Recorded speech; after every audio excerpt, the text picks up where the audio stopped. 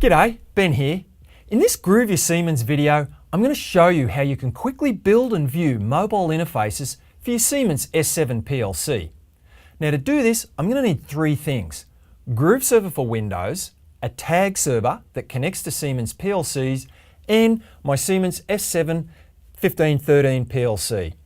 It's a simple three-step process.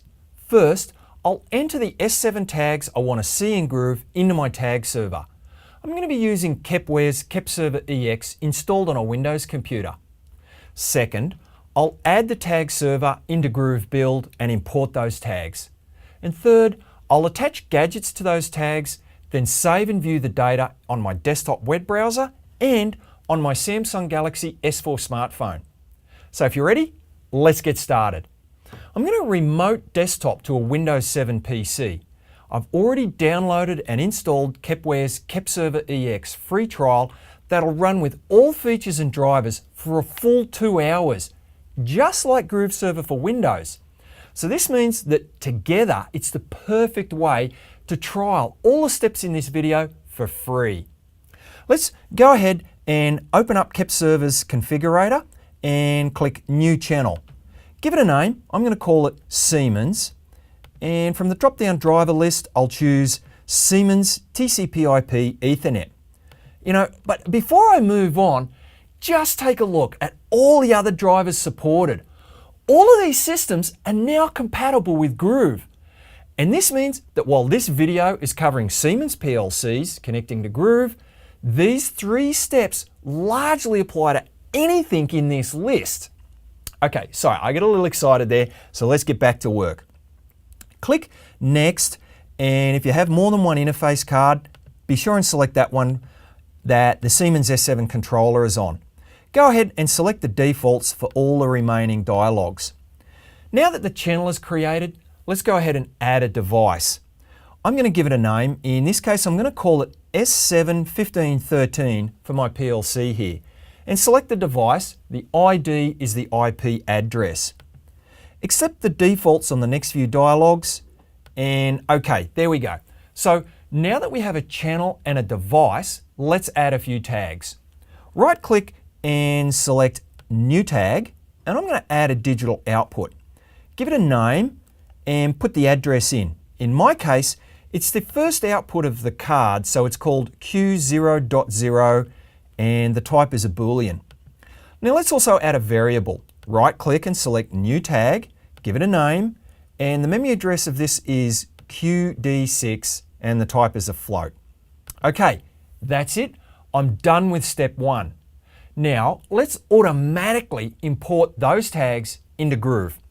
I'm going to flip over and use the Mac now, and I'm going to be using my favorite browser, Chrome, but I could just as well use any browser like Safari on the Mac or Internet Explorer 10 running on Windows or Firefox on Linux, and well, anyway, you get the idea. Just make sure that you log into Groove with admin rights. So once you do that, go ahead and click on the gear icon and select Switch to Groove Build. Now click on Configure, Devices and Tags. First, we have to add our tag server.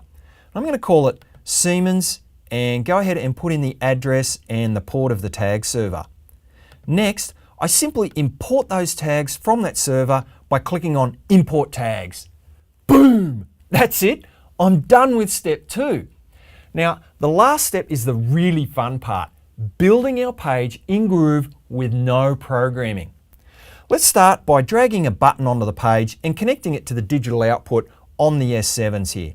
So go ahead and click and drag the button gadget from the gadget palette. Let's select the Siemens tag server, then imported tags, then Siemens, then the device. Here's our digital output point. Click it and click Update Gadget. Give the button a name. You can change the colors if you like. We're done. So let's go ahead and try it out. Click on File, Save All Changes, and switch to Groove View. Now here we go. If there's a button, I just got to click on it. Yep, works a ripper. Okay, now let's hook up a gauge to that variable in the S7. Go back to Groove Build, and from the gadget palette, let's select the Tags tab. Now drill down to the tag you want, select the round gauge gadget, and set the range for it. Okay, now, while we're here, let's throw an image onto the page as well. Drag the image gadget over, browse for the image. Too easy, we're done. Let's save the project and check it out. Here it is on my browser, but let's check it out on my Android smartphone. Yep, as expected, it looks and works just awesome. How easy is that? It was real simple to add the S7 tags into Kept Server, and then Groov automatically imported all those same tags. It was easy then to hook those tags to gadgets, and don't forget, Groov automatically built the mobile pages while I built the desktop pages. We did not have to write a single line of code.